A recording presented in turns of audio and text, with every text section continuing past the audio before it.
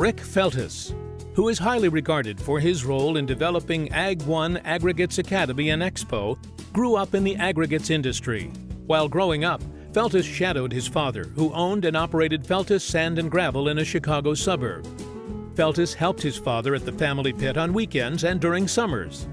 Later, he attended Creighton University in Nebraska, where he put his efforts into studying accounting. But after graduating in 1972, Feltis' father convinced him to return to the aggregates industry and the family pit. And, with time, Feltis developed a love for the business. He took ownership of Feltis Sand and Gravel when his father died in 1981. A few years later, Feltis' cousin, Tim, joined him as a co-owner of the business. In the late 1980s, Feltis invested many of his efforts into the National Stone Association, which wanted to grow its membership levels by reaching out to smaller producers. The decision to join NSA was a no-brainer, Feltis says.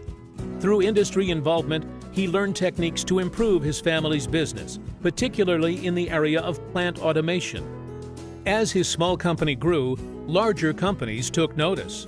Without a succession plan, Feltis and his cousin chose to sell to Lafarge in 2007. Lafarge continues to operate the pit today. After the acquisition, Feltis continued to work for Lafarge to stay involved in the National Stone, Sand and Gravel Association. Over the years, he took up various positions with the association, including chairman of the board. As NSSGA chairman, Feltis enhanced the association's network internationally and lobbied for the reauthorization of a highway bill. Industry leaders agree Feltis was also a proponent of education, especially for smaller producers.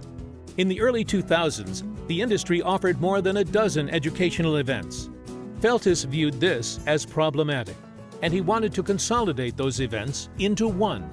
For about 2 years, Feltis led the association's discussions to create one educational event that would benefit all aggregate producers.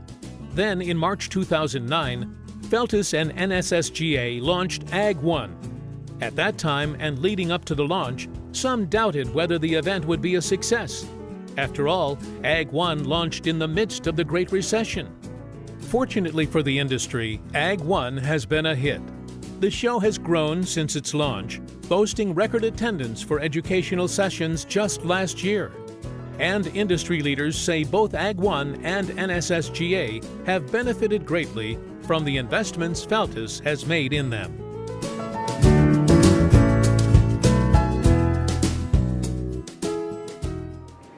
This industry has been very kind to me over the years, and I'm honored to be associated with it. Don't get me wrong, I've had my challenges throughout my career, but it has been a very rewarding experience as well.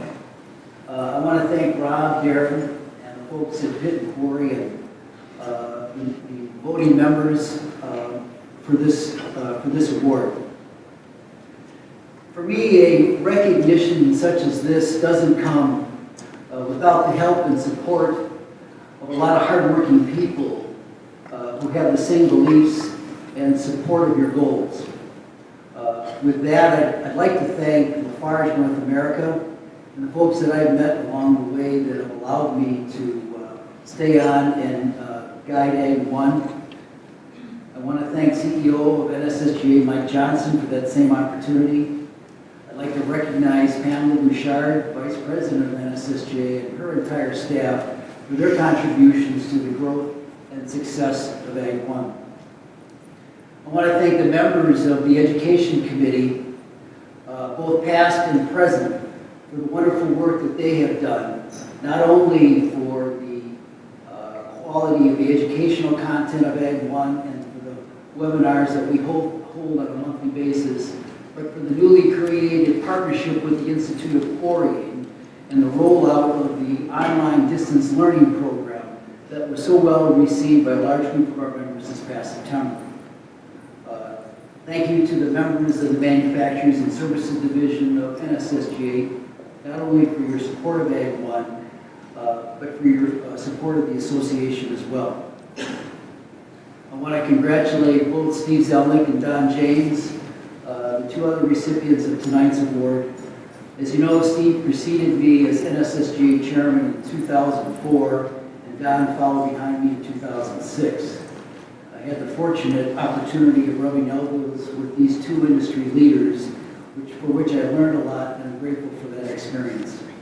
Again, thank you to the folks at Pitt and Quarry, and to those of you in this room that I've had an opportunity to work with to help in the development of an opportunity for our most important asset of our industry, our employees. I thank you very much.